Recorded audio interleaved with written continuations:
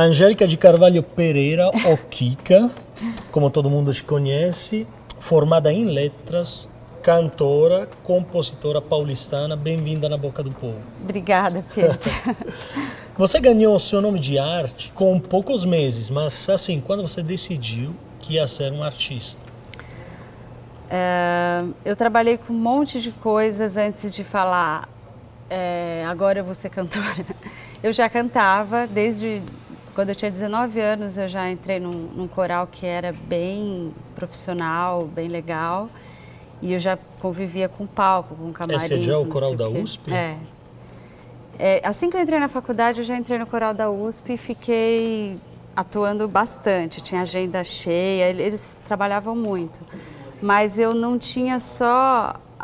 o que eu demorei para ter foi a certeza de que eu queria sozinha me apresentar e que eu tinha coisas a dizer como artista, só eu sozinha. É isso que demorou. Mas cantar, já cantava desde pequena. Assim, fazendo uma viagem na sua carreira, eu li um pouco sobre você e vi que os primeiros momentos importantes foi uma sua apresentação com a formação dos Secos e Molhados. Nossa, foi! É isso? Você descobriu. É porque eu era essa cantora da faculdade, né? Tinha banda bem amadora, assim, mas tinha festa na faculdade, eles chamavam a gente cantava e tal, até que um dia esse guitarrista, o Uli Costa, que era meu amigão, que a gente sempre tocava junto em coisas mega amadoras, ele chegou: Kika, o cara dos Secos e Molhados, o João, ele me ligou, vamos fazer um show com ele. E eu falei, o quê, né? Daí, na hora que eu vi, eu estava cantando os 2 discos, fazendo as vozes do Ney, o João Ricardo fazendo a dobrinha comigo. Era muito sonho. Para minha idade, nossa, tinha pouco mais de 20 anos. Eu fiquei totalmente impressionada com aquele acontecimento. Assim. Aí um pulo de alguns anos, chega o grupo vocal Trilha, né? Daí o Trilha já foi essa hora que eu te falei, quando eu falei, não, eu quero muito cantar e eu vou abrir meu caminho de algum jeito. E aí começou através de fazer arranjos vocais em trio, né? A gente escrevia e ficava testando, porque também não era ainda formada em música, né? A gente escrevia já cantando e daí aí começamos a marcar shows. Aí fizemos um circuito aqui em São Paulo. Na verdade, aquela época aqui em São Paulo não tinha tantos lugares para tocar como tem hoje. E nem o circuito do Sesc, né, não era tão forte como é hoje. Então a gente fazia bares, né? A gente fazia cafés, bares, tinha um repertório assim de MPB, né? Então foi uma época bem legal também. Acho que foi o meu começo mesmo. Secos e Molhados foi tipo um sonho que aconteceu antes do começo. Seasons came and changed the time. When I grew up, I called him mine. He would always laugh and say, remember when we used to play bang bang. I shot him down, bang bang. He hit the ground, bang bang. That awful sound, bang bang. I used to shoot you down. Music playing, people say, just for me the church bang rang. Now he's gone, I don't know why. E agora, nessa temporada, nesses anos, você conheceu também o João Gilberto. O João Gilberto eu conheci na época que eu era produtora. Então, antes de tudo isso? Nessa época, na época dos Secos, mais ou menos. Tá. Como que foi? Outro assim? sonho, então. Você então, tá descobrindo todos os meus sonhos. Puxando o Então, sonho. o João foi assim, eu cheguei, a minha amiga Lilian, que era minha chefe, ela falou, Kika, você precisa entregar um material para o João, que é esse ADAT, né? Naquela época a gente gravava os shows em ADAT, né? Aí eu falei, tá, super profissional, assim, cheguei com um pacote para deixar na porta do Maxud Plaza e falar tchau. Ah, ele pediu para você subir. Tá bom, eu já subi no elevador, já assim, pô, vou entregar isso aqui pro João Gilberto. Eu cheguei lá achando que também ia entregar e ia embora, não. Entra, você não quer comer alguma coisa? Não sei o que, eu falei, putz, que diversão, né? Aí, nessas horas que a gente foi ligando o aparelho, eu saí meio cantarolando assim. Aí ele foi conferir, eu estava na nota. Não sei porquê, mas eu estava na nota. Ele falou, você tem ouvido absoluto? Eu falei, não, eu não tenho. Foi mera coincidência e foi mesmo, eu não tenho ouvido absoluto. Aí, mas sei que ele sentou assim na cama, sabe, com a perna cruzada assim, e começou a tocar todas as músicas da Bossa Nova, de todos os tempos, que são aquelas mesmas, né? Ele mantém o repertório, João, né? Se for ver, em 50 anos ele tem assim umas 20 músicas que são as que ele sempre... Então essas 20 eu sabia todas, porque eu era fã dele, sempre fui. E daí lá fomos nós, eu sentei numa banquetinha assim, lá fomos até as 4 horas da manhã. E daí cantamos, aí ele pegou meu telefone e aí ele ficou com uma mania de me ligar para conversar e para cantar, né? Então às vezes ele estava assistindo uma luta na TV, ele ligava para saber se eu também estava assistindo. Que daí eu ficava puxando o assunto, conversava, daí ele falava, então vamos cantar, mas era ensaio. Ele pegava o violão e falava, então vamos pegar aquela que a gente fez aquele dia. Mas vamos testar meio tom abaixo. Ele era assim, uma coisa séria, ao mesmo tempo que a gente nunca fez nada, a gente nunca gravou. Eram ensaios. Ele falava, agora vamos pegar meio tom, agora desce. Ele ia cantar assim, meio tom abaixo. Aí ele ia conduzindo, eu já entrava de novo. Aí ele fazia uma harmonização embaixo, entendeu? Tem coisas que acontecem na sua vida que você fala... De qualquer forma, agora, essa história é incrível. Eu cantava direitinho, eu não era cantora, né? Mas eu era afinada e como eu te falei, o coral era puxado, eu tinha 3 ensaios por semana de 2 horas, fora as apresentações. Então eu estava em dia com a minha voz. A hora que ele falava, vamos subir, a hora que ele falava, trocou, entendeu? Ele adorou, ele me adorava. Assim, a sua carreira realmente é feita de encontros, porque assim, o João, o grupo Trilha, depois veio a banda Argamassa, as Posers, até chegar no projeto Afro Sampa, né?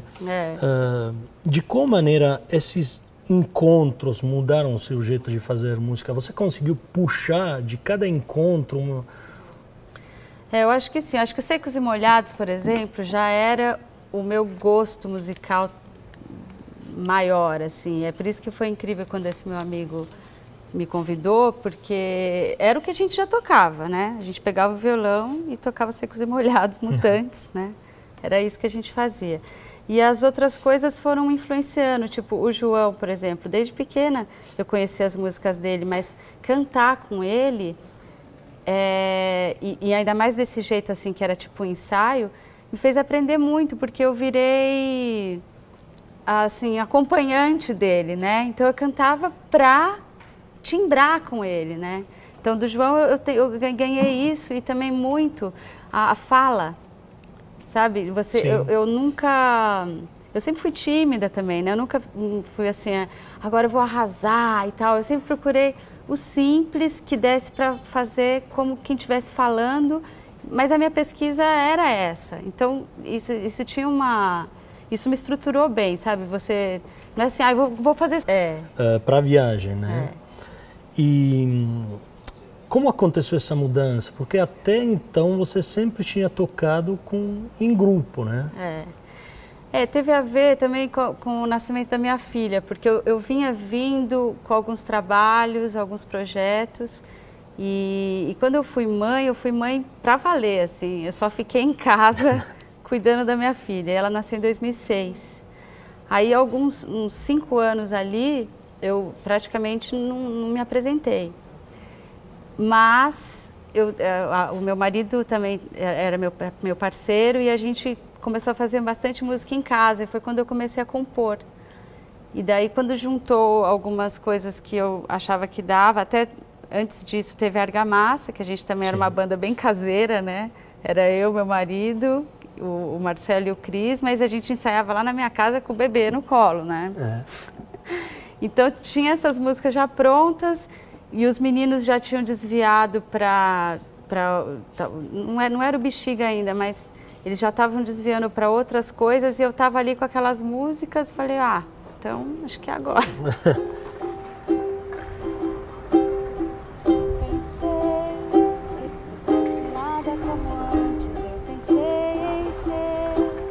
Noiva de uma bacarola com você, de tanto amar a deriva, a correnteza da vida.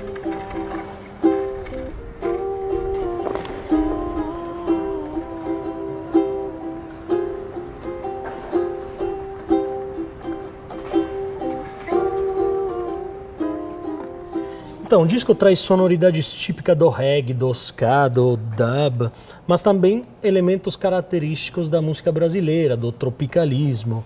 Como que você conseguiu lidar com todos esses elementos que também são diferentes, né? Mas você conseguiu botar tudo isso num disco só?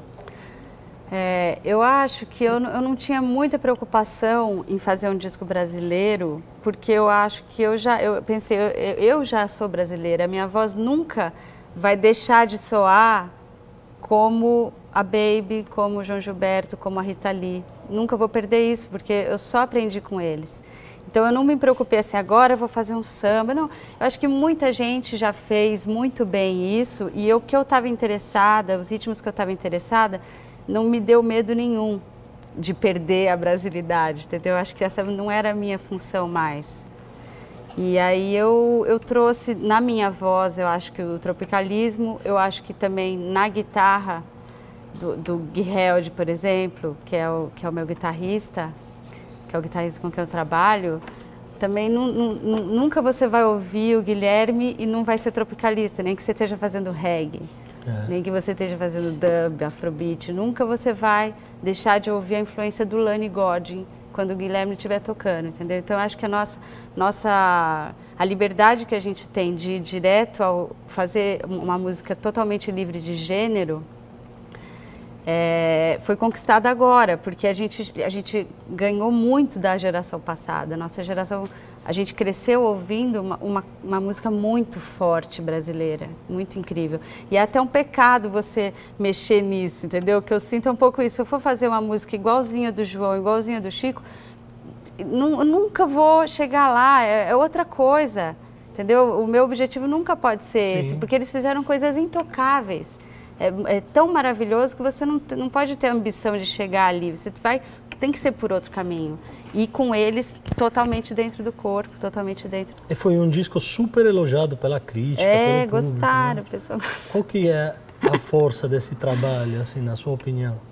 Olha, eu não vou desmerecer minha pesquisa vocal, porque por menos que eu faça, que nem eu te falei, eu faço coisas simples, né? Mas tudo isso é o que eu quero. É uma coisa pensada, é pensado, né? O que você eu faz gosto é assim. porque tem que sair assim. Eu gosto desse jeito. Que nem o João, né? Assim, talvez você... E eu sou bem estudiosa, assim, eu fico pensando muito antes de lançar uma coisa, de terminar uma ideia. Então, é o que tinha que ser mesmo. Acho que a força dele está em todos os dias e noites que eu fiquei imaginando esse disco. Eu e todos os queridos músicos. Pouco tempo. Bom, tomara muita que sorte. Você continue produzindo tanta boa música. Obrigado. Obrigada, Pedro. Valeu. Eu sonhei que estava exatamente aqui, olhando pra você. Olhando pra você exatamente aqui.